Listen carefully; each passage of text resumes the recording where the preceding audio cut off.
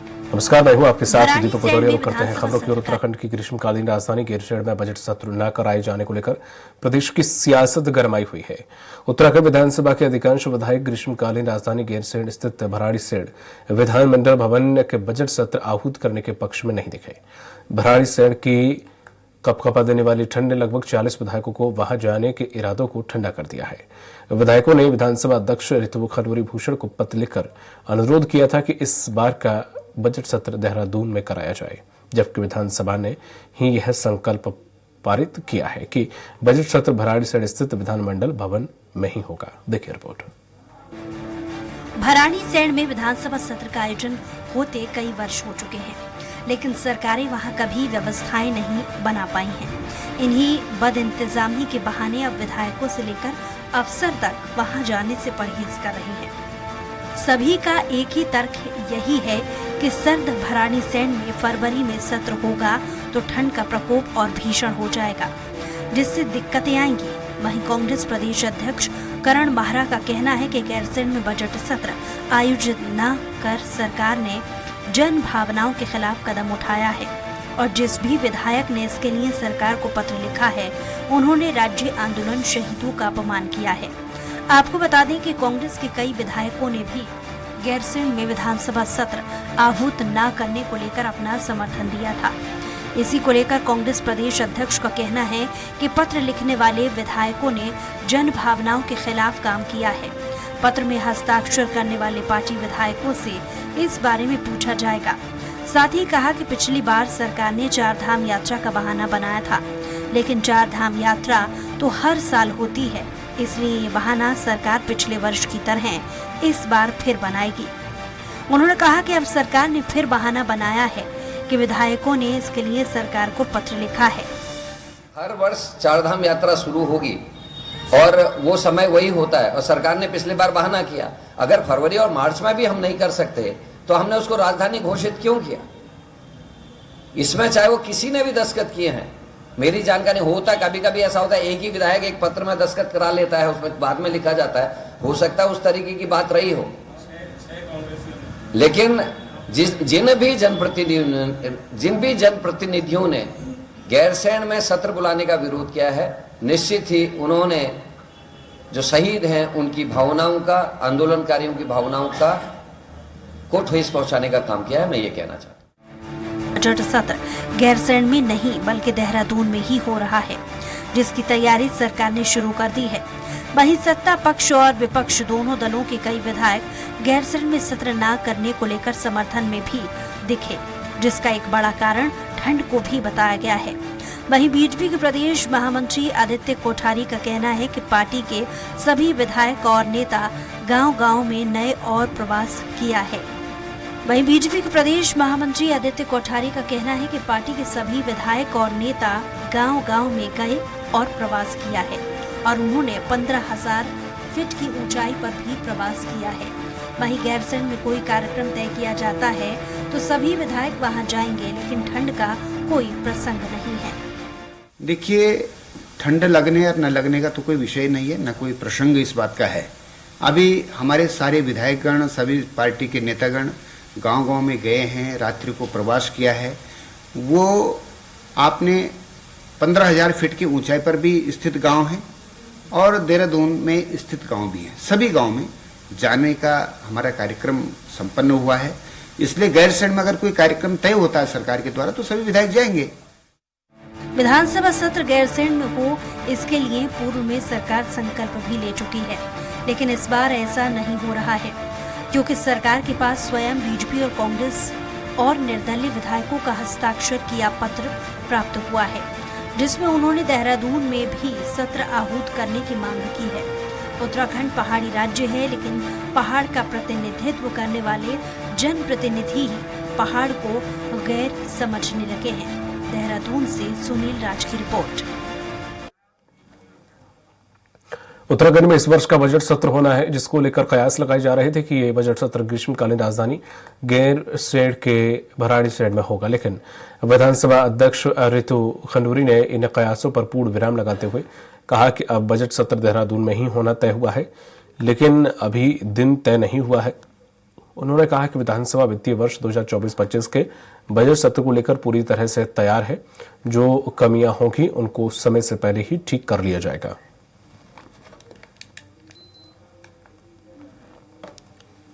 देखिए, आप लोगों ने कल देखा होगा कैबिनेट में ये निर्णय हुआ है कि देहरादून में होगा, क्योंकि इसमें गवर्नर साहब का भी भाषण भी होता है। उसके बाद बजट सत्र होगा। 2024 का ये पहला सत्र होने जा रहा है।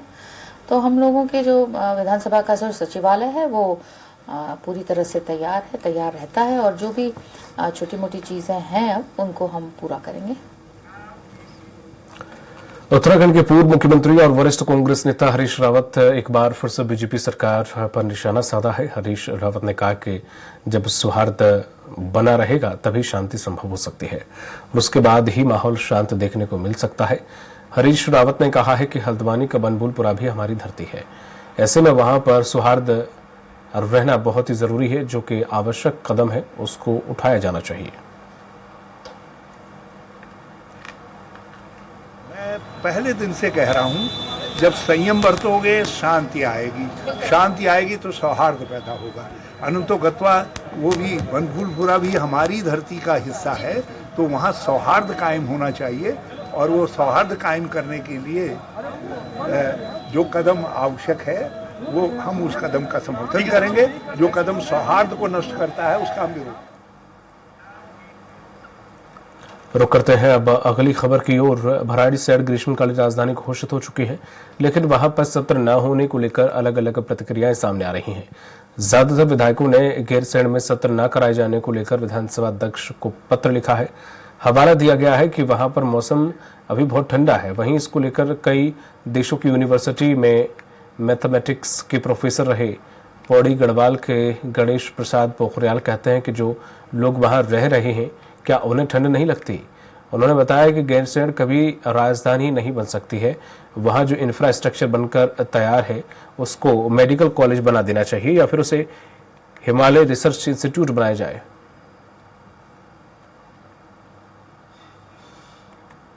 गैरसैंण है वो फीजिबल है ही नहीं कैपिटल बनने के लिए, क्योंकि जब एक छोटी सी चीज है, कमिश्नरी ऑफिस पौड़ी में होते हुए वहाँ कोई पौड़ी में न कमिश्नर, अब तो शायद कोई वो एक बोलते हैं एक बैठ रहे हैं, कोई वहाँ न बैठता है, न कमिश्नरी और रीजनल ऑफिस का कोई बैठता नहीं है।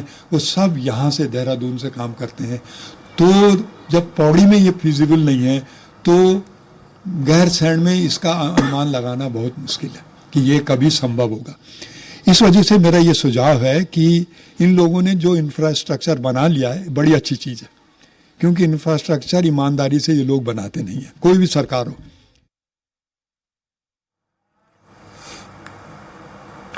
तो करते अगली खबर की ओर। कांग्रेस के बैंक अकाउंट फ्रीज होने के बाद देश भर में भाजपा सरकार के खिलाफ प्रदर्शन किए गए। हरिद्वार में भी कांग्रेस कार्यकर्ताओं ने आयकर विभाग कार्यालय के बाहर प्रदर्शन किया और भाजपा सरकार पर जबरन बैंक अकाउंट फ्रीज करने का आरोप लगाया। कांग्रेस कार्यकर्ताओं ने कहा कि बीजेपी सरकार दमनकारी नीति पर उतर आई है, इसलिए राष्ट्रीय स्तर की पार्टी के बैंक अकाउंट फ्रीज करके विपक्ष की आवाज को दबाना चाहते हैं। उन्होंने चेतावनी देते हुए कहा कि कांग्रेस कार्यकर्ता बीजेपी के इन कृत्यों से डरने वाले नहीं है और यदि विपक्ष की आवाज को दबाने का प्रयास किया तो उग्र विरोध किया जाएगा।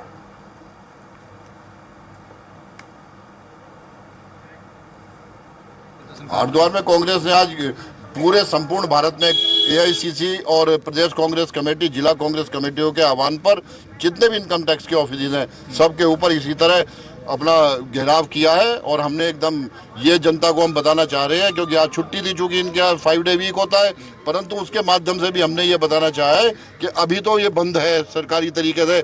अगर यही इसी तरह की गतिविधियां रखेंगे तो कोई अतिशोक्ति नहीं है कि हम इसमें ताला ही लगा देंगे।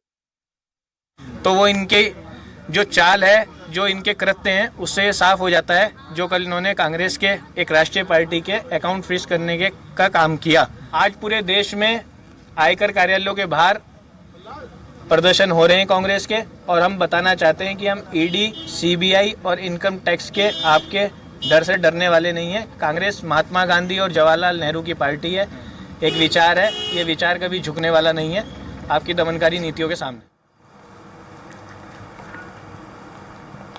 मुख्यमंत्री पुष्कर सिंह धामी 2 दिवसीय दिल्ली के दौरे पर हैं। बता दें कि इस दौरान दिल्ली में होने वाली राष्ट्रीय परिषद की बैठक में सीएम धामी और भाजपा प्रदेश अध्यक्ष सहित सांसद, विधायक और वरिष्ठ पदाधिकारी भी शामिल होंगे। बता दें कि बैठक में लोकसभा चुनाव की रणनीति पर चर्चा होगी। भाजपा प्रदेश प्रवक्ता विपिन कंथोला का कहना है कि लोकसभा चुनाव में जीत का अंतर कितना बढ़ाया जा सकता है, इस विषय के साथ कई मुद्दों पर गंभीर चिंतन किया जाएगा। इसमें सेशन रहने वाले माननीय प्रधानमंत्री जी का सेशन रहेगा, माननीय राष्ट्रीय अध्यक्ष जी संबोधित करेंगे, वित्तमंत्री जी संबोधित करेंगे और उसमें जो राजनीतिक प्रस्ताव हैं पार्टी के वो भी पास होंगे। और उत्तराखंड से माननीय मुख्यमंत्री जी गए हैं, तमाम हमारे जितने भी विधायक हैं वो लोग गए हैं, मेयर गए हैं, डिप्टी मेयर गए हैं, प्रदेश के पदाधिकारी वहाँ सभी लोग वहाँ पर रहने वाले हैं। आज और कल 2 दिन का ये अधिवेशन है। इसमें विभिन्न चीजों को लेकर के चर्चा और बेसिकली 2024 के चुनाव में हम जीत का अंतर और कितना बढ़ा सकते हैं, इन सब चीजों पे हमारी चर्चा होने वाली है। सितारगंज में विभिन्न दलों के सैकड़ों लोगों ने बीजेपी का दामन थाम लिया है। कैबिनेट मंत्री सौरभ बहुगुणा के आवास पर आयोजित कार्यक्रम में बड़ी संख्या में अल्पसंख्यक समुदाय के लोग बीजेपी में शामिल हुए। इन सभी को बीजेपी जिला अध्यक्ष कमल जिंदल और मंडल अध्यक्ष आदेश चौहान ने पार्टी की सदस्यता दिलाई है। इस मौके पर बीजेपी जिला अध्यक्ष कमल जिंदल ने कहा कि बीजेपी अपने उसूलों, सिद्धांतों और नीतियों से आज विश्व की सबसे बड़ी और शक्तिशाली पार्टी है और प्रधानमंत्री नरेंद्र मोदी के नेतृत्व में भारत लगातार प्रगति कर रहा है। इसे तो ये माननीय विधायक मंत्री जी के निवास पे कार्यक्रम था। आज पूरे देश के अंदर आप देखें, प्रदेश के अंदर देखें, लोग भारतीय जनता पार्टी की सदस्यता पाने के लिए आते हैं क्योंकि लोग जानते हैं कि इस देश का विकास अगर कोई कर सकता है तो भारतीय जनता पार्टी कर सकती है। तो जो लोग भारतीय जनता पार्टी परिवार में हैं, इनका स्वागत है। और आज सभी लोगों ने संकल्प लिया है कि जो माननीय मोदी जी का कहना है कि अब की बार 400 पार। ऑल इंडिया कांग्रेस कमेटी और यूथ कांग्रेस के खाते फ्रीज किए जाने के खिलाफ आज राजधानी देहरादून स्थित महानगर कांग्रेस के अध्यक्ष जसविंदर सिंह गोगी की अध्यक्षता में तमाम कांग्रेस कार्यकर्ताओं ने आयकर विभाग के खिलाफ जमकर विरोध प्रदर्शन किया और भाजपा सरकार का पुतला दहन किया। हालांकि पुलिस ने बैरिकेड लगाकर पहले ही तमाम कांग्रेस कार्यकर्ताओं को रोक लिया। इस दौरान महानगर कांग्रेस अध्यक्ष जसविंदर सिंह गोगी ने कहा कि विपक्ष की आवाज को दबाने का काम किया जा रहा है। जिस तरह से खाते सीज किए गए हैं, यह दर्शाता है कि भाजपा सरकार पूरी तरह से तानाशाह रवैया अपना रही है। स्वस्थ लोकतंत्र के लिए यह बिल्कुल भी सही नहीं है। कांग्रेस इसका घोर विरोध करती है। वहीं प्रदर्शन में शामिल पूर्व मुख्यमंत्री हरीश रावत ने भी सरकार पर वार करते हुए कहा कि बीजेपी लोकतंत्र को समाप्त करना चाहती है। यह तानाशाह रवैया बिल्कुल भी बर्दाश्त नहीं किया जाएगा।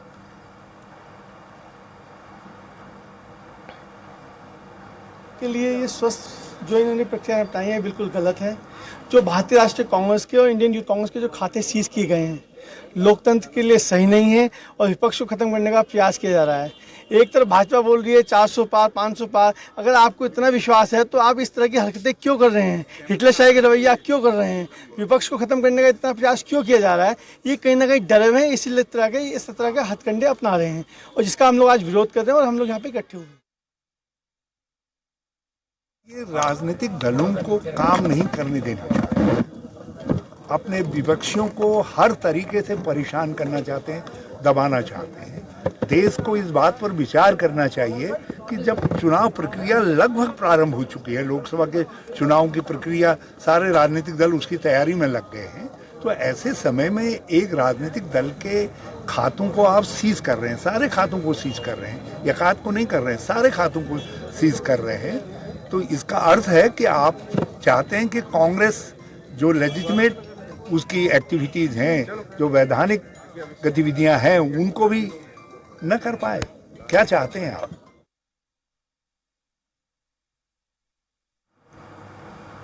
हरिद्वार पुलिस ने मां बेटी की हत्या का खुलासा करते हुए पुलिस लाइन में तैनात दरोगा छुन्ना सिंह समेत 3 लोगों को गिरफ्तार किया है। आरोप है कि मां बेटे से 20 लाख रुपए भी दरोगा और इसके साथियों ने लूट लिए थे। फिलहाल पुलिस ने रकम भी दरोगा और उसके साथियों से कब्जे से बरामद की है। वहीं मामले में फरार आरोपियों की तलाश की जा रही है। एसएसपी ने बताया कि कुछ दिन पहले झबरेड़ा में एक 20 साल के युवक का शव मिला था, जिसके जेब से एक पर्ची मिली थी। पर्ची में कुछ नंबर थे और एक नंबर सलेमपुर क्षेत्र के मिस्त्री का था। चूंकि युवक की हत्या की गई थी, इसलिए पुलिस ने जांच तेज की और युवक की शिनाख्त के बाद पुलिस के सामने चौंकाने वाले खुलासे हुए, जिसके तार सीधे पुलिस के ही दरोगा से जुड़े थे। कुछ दिन पूर्व एक लड़के की डेड बॉडी मिली थी जिसके गले में निशान था। पुलिस ने इस मामले को संगीनता से लिया और इसमें तुरंत एसओ के द्वारा एक अभियोग पंजीकृत किया गया था। अभी इसमें 3 लोग अरेस्ट इसमें किए जा चुके हैं, जिसमें छुन्ना सिंह है, इसके साथ शहजाद और विनोद। और जो कार जिसमें इनके द्वारा डेड बॉडी को ठिकाने लगाया गया था, जिसमें वारदात हुई थी अल्टो, वो भी हम लोगों ने कब्जे में ले लिया। बाकी इसका जो पैसा है जो इनके द्वारा इनसे लूटा गया था, वो भी पुलिस ने रिकवर किया है, 10 लाख रुपए। और बाकी इन तीनों को ही अभी पुलिस अभिरक्षा में न्यायालय में भेजा जाएगा, वहीं पर आगे की जो कार्रवाई है वो की जाएगी। हरिद्वार में सर्कुल मैन्युफैक्चरर्स एसोसिएशन उत्तराखंड की ओर से आयोजित 3 दिवसीय फार्मा एंड लैब एक्सपो का शुभारंभ हुआ है। प्रदर्शनी का शुभारंभ कार्यक्रम के मुख्य अतिथि फार्मा एसोसिएशन के चेयरमैन और कम्स ड्रग्स एंड फार्मास्यूटिकल्स के प्रबंध निदेशक संदीप जैन ने दीप प्रज्वलित करके किया। प्रदर्शनी का मुख्य उद्देश्य उत्तराखंड में बाहर के उद्योग निवेशकों को आमंत्रित करना है, जिसमें देश विदेश के फार्मा उद्योग, machinery, lab, chemical, packaging, material उद्योग के निर्माता और प्रतिनिधियों ने भाग लिया। इस मौके पर संदीप जैन ने बताया कि फार्मा उद्योग को बढ़ाने के लिए प्रदर्शनी हर साल आयोजित की जाती है। इस बार प्रदर्शनी में करीब 130 उद्योग शिरकत कर रहे हैं। इसके उद्योगों को बढ़ावा मिलेगा। ये कार्यक्रम जो है पिछले 2 वर्ष भी हुआ था, अब की बार तीसरी बार हो रहा है ये। और पिछले दोनों वर्ष की अपेक्षा अब की बार ये एग्जीबिशन जो है और इसको विशाल रूप दिया गया है। लगभग 150 के आसपास जो है इसमें स्टॉल बुक किए गए हैं। 3 दिन का ये रहेगा, 16, 17, 18 को। पूरे अपने भारत से और विदेशों से भी इसमें जो है विजिटर्स लोग आ रहे हैं। जनरली पब्लिक को यहाँ तक भी ज्ञान नहीं है कि हम लोग पूरे इंडिया के टोटल प्रोडक्शन का करीब 22% हरिद्वार में दवाइयाँ बनाते हैं।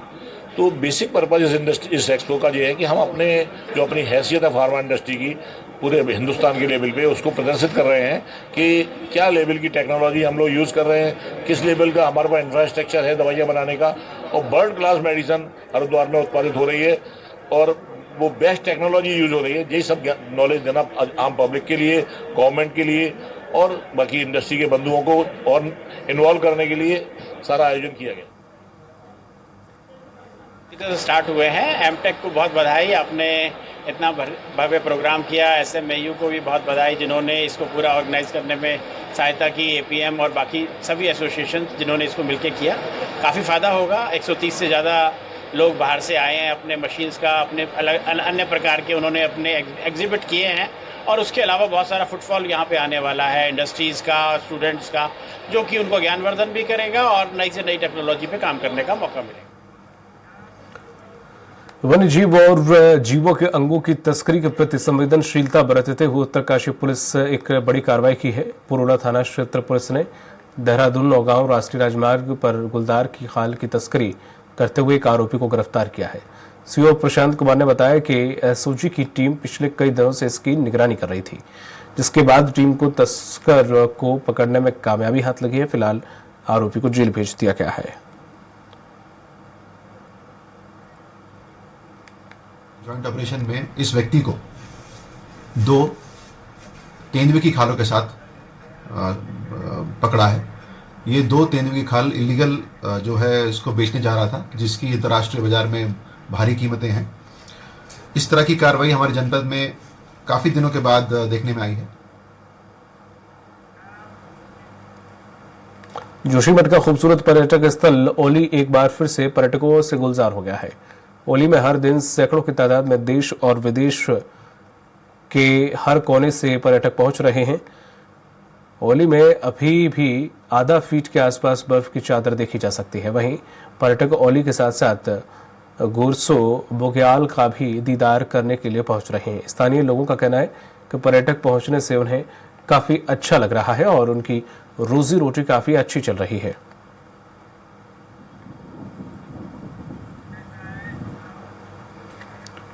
रुक करते हैं अगली खबर की ओर। लाल बहादुर शास्त्री प्रशिक्षण अकादमी के 50 सदस्यों का आईएएस प्रशिक्षु दल डोईवाला के मारखम ग्राम पंचायत पहुंचा, जहां पर ब्लॉक अधिकारियों ने जनप्रतिनिधियों ने उनका स्वागत किया। इस दौरान खंड विकास अधिकारी और मिला बिस्ट ने प्रशिक्षु अधिकारियों को मतदान की शपथ दिलाई।